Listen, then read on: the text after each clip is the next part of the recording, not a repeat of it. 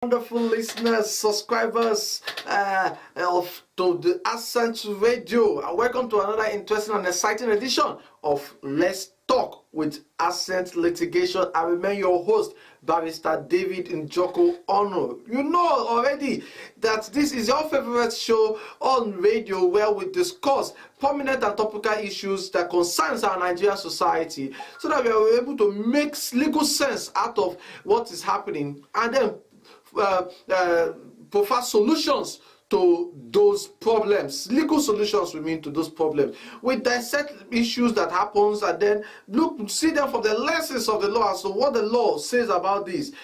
This right, this proper. We discuss the rights of individuals and of Nigerians in general, and then we try to look at it and say, wait, has a wrong been committed here?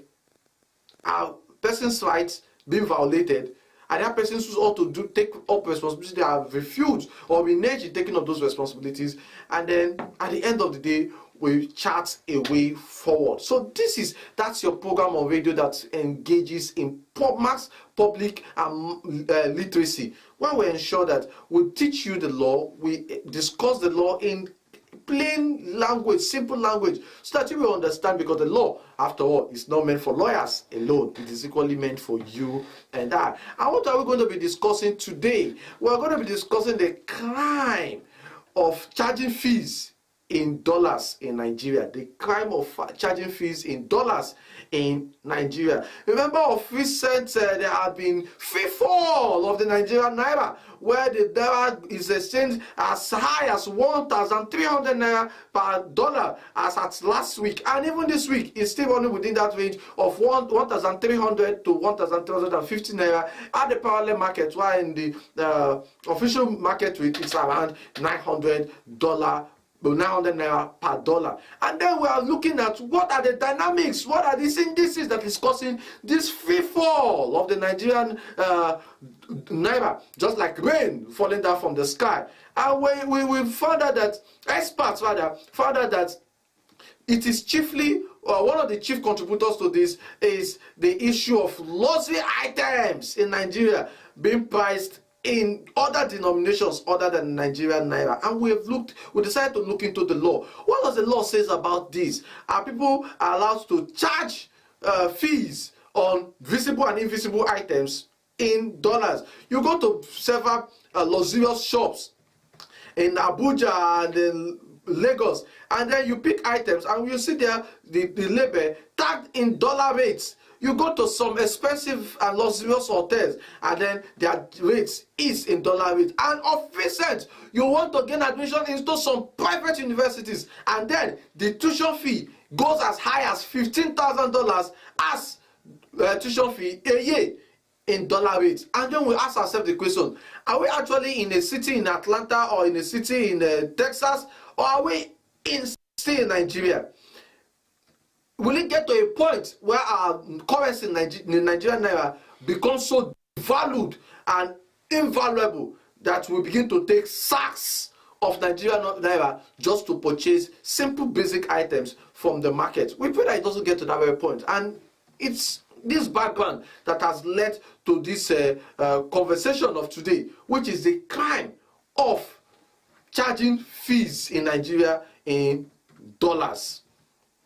Let's look at the law. What does the law say about this? In fact, the law that regulates currencies, the use of currency in Nigeria, is chiefly the Central Bank of Nigerian Act of 2007. Now, the Central Bank of Nigerian Act of 2007, in section 15 of it, has provided that the only denomination to be issued by the Central Bank of Nigeria is the Nigerian Naira, which should be divided in 100 kobo per Naira.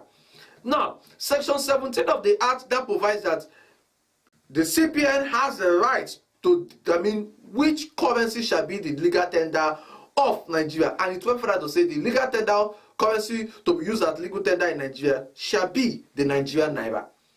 Now, the question now is, if the CBN has decided that the Nigerian Naira shall be the legal tender to be used for all transactions in Nigeria, what then does the CBN or with the law constitute or describe the act where uh, hotels, hospitality business owners, and even owners of tertiary institutions charge their fees in currencies other than the Nigerian naira.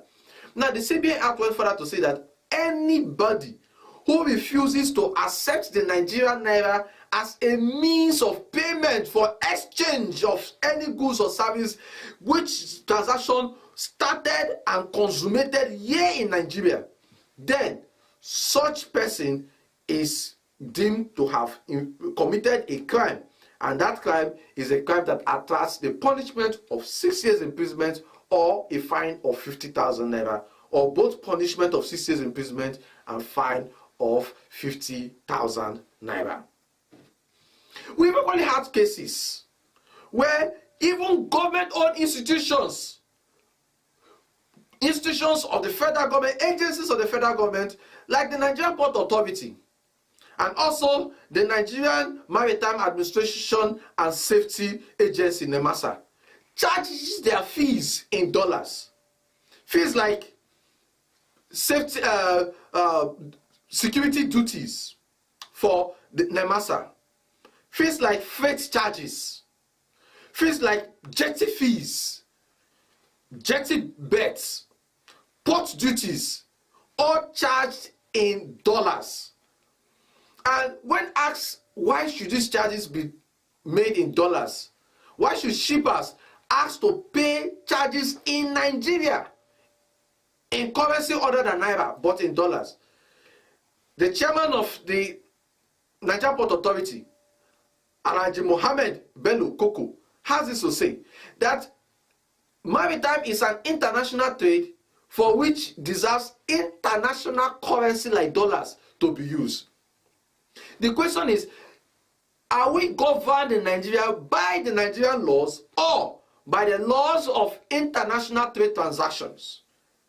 The answer is that we are governed, transactions in Nigeria are governed by Nigerian laws. And if the CBN Act, which is this act, the single act that allows for currency use in Nigeria, has provided that the currency to be used as legal tender is the Nigerian naira, then the use of any other currency in Nigeria for Nigerian trade, where the trade was started and consummated here in Nigeria, then that is a breach of that section 20 sub 5 of the CBN Act, and attracts a penalty of 6 months imprisonment or 50,000 naira. As to whether the inefficiency of this very act or the ineffectiveness of this very act is as a result of the mega punishment, like a pat on the back to defaulters, it belongs on the National Assembly to tinker with the CBN Act, especially with respect to section 20 sub 5, which provide for punishment for defaulters who charge fees in Nigeria other than the currency which is allowed as legal tender in Nigeria, known as the naira. To tinker and amend that section so as to make the punishments more stringent and severe, so that you don't just charge fees in dollars. Maybe you charge fees of $10,000 and then you only asked to pay 50,000 naira, which is around $36. That amounts to treating these things or this crime with kid gloves, because this crime of the dollarization and currency substitution within the Nigerian economy is killing the Nigerian economy. Imagine where an importer is asked to pay freight rate of in dollars, and probably the ship got better than Nigeria there, and that ship owner is out to pay jetty betting fees in dollars. He has to go source for those dollars in the black market, because dollars cannot be found in the official window, which is to the banks, and he has to go source these dollars in the black market. He sold that dollar in black market almost twice the amount that the dollar is being sold at the official rate. The importer wants to get his goods out and is asked to pay freight charges. And these freight charges are charged in dollars. the importer equally needs to go source for this dollar in the open market, which is the black market. And he gets this dollar at a higher rate other than the rate of the official rate through the banks. The question is, to whom does this cost rest on? The cost will be placed on the shoulders of the final consumers of these very goods. And that is why we've seen astronomical increase and inflation in terms of prices of commodities in Nigeria.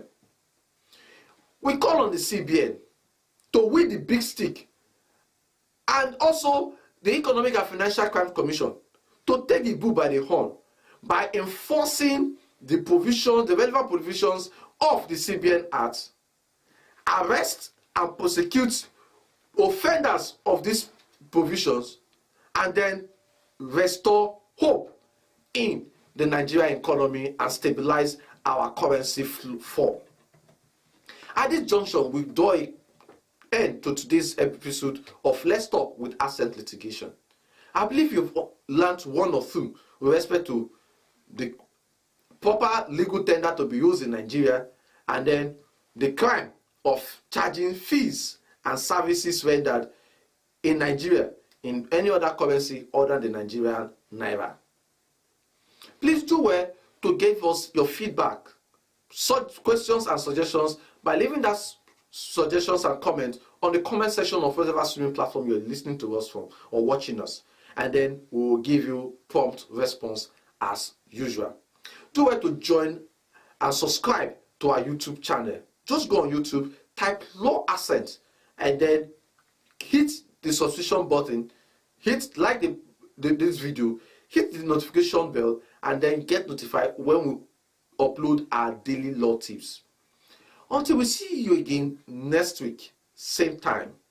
From us here in Asset Litigation, we say bon via.